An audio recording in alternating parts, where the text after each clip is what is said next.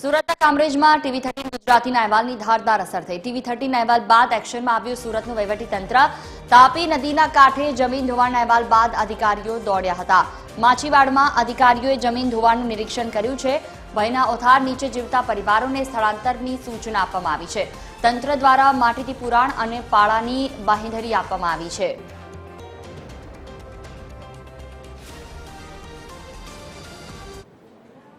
ઓવરો આવ્યો છે એ 3 ઓવરા છે।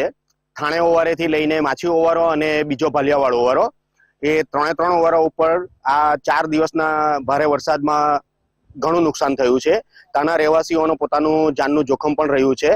તો સરકારી તંત્ર દ્વારા જેમ બને તેમ વહેલી તકે એને નિવારણ કરવામાં આવે એવી અપેક્ષા સાથે અમે અહીંયા કાર્ય કરી રહ્યા છીએ। અત્યારે ઇન્સ્પેક્શન કર્યું છે અને બીજા ઘણા અધિકારીઓ પણ અત્યારે અહીં વિઝિટ પર આવી રહ્યા છે। ત્યાં 4 દિવસ પહેલા વરસાદ ભર્યો એની લીધે ધોવાણ થઈ ગયા છે। પારો નુકસાન વધારે થયું છે એટલે જોવા માટે આવ્યા છે। કાલ અમારા મિનિસ્ટર સાહેબ કાલે વાત થયેલી મિનિસ્ટર સાહેબ સાથે પ્રફુલભાઈ પાનસરે સાહેબ, અમારા જિલ્લા પંચાયતના પ્રમુખ સમીરભાઈ મોદી સાહેબ કે મહેશભાઈ કાલે અમે ટીમ મોકલશું જિલ્લામાંથી, તમે સર્વે કરાવી દેજો। ને ઓલરેડી ટીમ આવી ગઈ છે અને સર્વે કરે છે ને સાહેબ લોકોનું પ્રોત્સાહન સારું મળ્યું છે। જેટલી યોજના મળે આ લોકોને સહાય મળે તે બી કરશું આગળ। ને આ પારા માટે એ લોકોએ જાણ કરી છે, જિલ્લામાંથી બીજી ટીમ આવે છે તાત્કાલિક ધોરણે।